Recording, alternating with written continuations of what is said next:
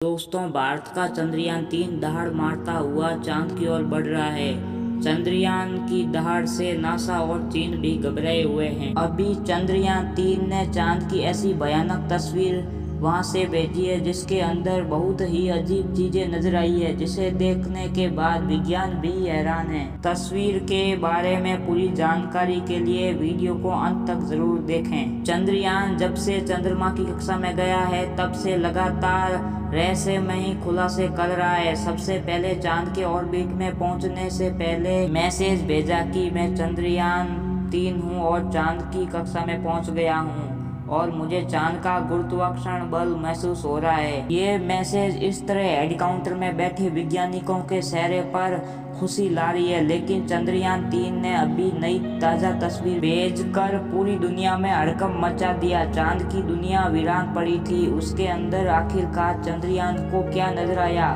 चंद्रयान-3 को चांद के नजदीक जाने से जो मुश्किलें सामने आ रही थी, उन सभी मुश्किलों को बड़ी आसानी से पार कर लिया।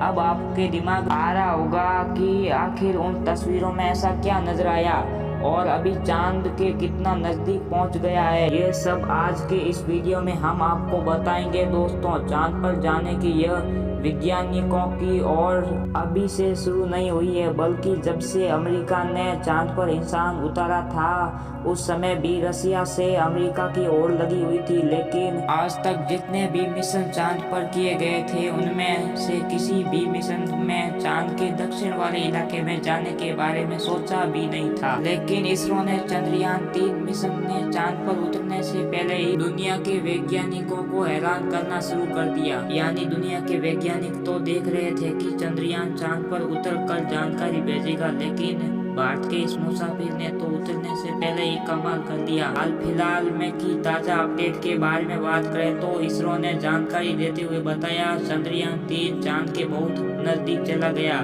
अभी चांद के तीसरे राउंड में चंद्रयान-3 चक्कर लगा रहा है, जहां इसकी चांद की सबसे नजदीकी दूरी 174 किलोमीटर है और सबसे दूरी की 1437 किलोमीटर। मतलब वह दिन दूर नहीं जब चंद्रयान चांद को अपनी मुट्ठी में कर लेगा। 14 तारीख तक तो यह अच्छा रहेगा, लेकिन 14 तारीख अगस्त के दिन दोपहर 11 बजे से 12 बजे के बीच अगली कक्षा में प्रवेश करवाया जाएगा। लेकिन जैसे जैसे चांद के नजदीक आता जा रहा है वैसे वैज्ञानिकों की धड़कन बढ़ रही है, क्योंकि इसका सबसे मुश्किल पड़ाव चांद की जमीन पर उतरना है। उसके बाद सभी लोग 16 अगस्त के दिन की राह देख रहे हैं। यह दिन सबके लिए बहुत ज्यादा स्पेशल होने वाला है। इस दिन चंद्रयान-3 अपने मकसद के आखिरी पड़ाव पर होगा। दरअसल यही वो दिन होगा जब इसका प्रोफेशनल मॉड्यूल विक्रम लैंडर से अलग हो जाएगा। आपके दिमाग में यह सवाल आ रहा होगा, वैज्ञानिक इस काम को कैसे अंजाम देंगे? दरअसल ये काम वैज्ञानिक बड़ी चतुराई से करने वाले हैं। इन दोनों को आपस में जोड़ने वाले जो हुक लगे होते हैं उसको वैज्ञानिक खोल देंगे। इसके बाद पिछले हिस्से की रफ्तार धीरे धीरे कम हो जाएगी और आगे की हिस्से की रफ्तार स्थिर रखी जाएगी, ताकि आगे बढ़ने वाला हिस्सा अपनी कक्षा में आगे बढ़ जाए और पिछले वाला बिना किसी नुकसान के अलग हो जाए। इसके बाद चंद्रयान-3 के दोनों ही मॉड्यूल और प्रोफेशनल मॉड्यूल के साथ 100x100 किलोमीटर की कक्षा में अलग अलग राउंड काटते हुए लैंडर और चंद्रमा की सतह पर उतरने के लिए आगे बढ़ेगा। यहाँ से आगे का सफर इसके लिए बहुत ज्यादा मुश्किल होने वाला है। आगे की जानकारी देने से पहले आपको बता दें कि आखिर अब चंद्रयान-3 ने क्या खुशखबरी भेजी है। दरअसल चांद के जिस गड्ढों की बात दुनिया भर के वैज्ञानिक कर रहे थे, उन गड्ढों को दरअसल चंद्रयान-3 ने बता दिया है। हम आपको पहले ही बता चुके हैं कि चांद के दक्षिण वाले इलाके में बहुत बड़े बड़े गड्ढे मौजूद है।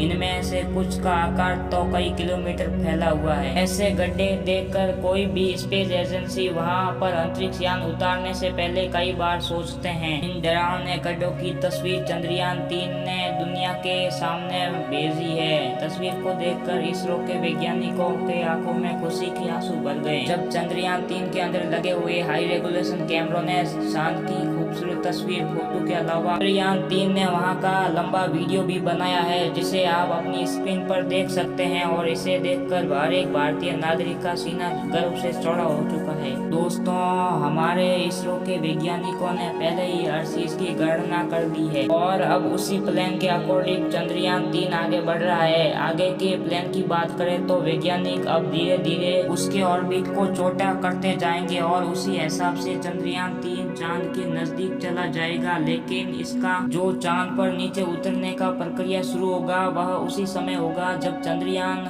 चांद से 37 किलोमीटर पर रहेगा और वहां से चंद्रयान 3 दक्षिण ध्रुव में अपनी मौजूद लोकेशन देखेगा। दोस्तों, यहाँ इसरो के वैज्ञानिकों ने अपना तेज दिमाग इस्तेमाल करके यहाँ सीधा लैंडिंग के लिए नहीं भेजा, बल्कि धीरे धीरे ऑर्बिट बदलकर चंद्रमा की तरफ अपने कदम बढ़ा रहा है। इसकी पीछे की वजह यह है कि जिन देशों ने भी चांद पर सीधे लैंडिंग करने की कोशिश की है वह सभी अंतरिक्ष यान क्रैश हुए हैं। लेकिन इसरो की सूझबूझ से हमारा मिशन सफलता के कदम छूने के लिए तेजी से आगे बढ़ रहा है। उम्मीद है कि इस बार हमारा लैंडर सफलतापूर्वक चांद पर सॉफ्ट लैंडिंग कर जाएगा। सॉफ्ट लैंडिंग करने के लिए इस बार अंतरिक्ष यान में जो उपकरण लगाए गए हैं वो बहुत ज्यादा एडवांस और हाई टेक्नोलॉजी वाले हैं। चंद्रयान 3 को हर परिस्थिति में सटीक जानकारी देने के लिए लेजर डेवलपर नाम का उपकरण इसके अंदर लगा हुआ है। इसका काम उतरते वक्त चांद की जमीन पर लेजर फेंकना है ताकि दूर से पता चल जाए जहां चंद्रयान 3 का लैंडर उतरने वाला है और वहां पर कोई बड़ा गड्ढा तो नहीं। इसके अलावा यह और 2 दिशाओं में भी लेजर भेजेगा ताकि पता चल जाए आगे पीछे साइड में ऐसी कोई चीज है जिससे चंद्रयान 3 टकरा जा सकता है। उसके अलावा इसके अंदर एक और उपकरण लगा हुआ है, एनबी कैमरा। इसका काम लैंडर के उतरते समय जमीन से नीचे तस्वीर लेना है।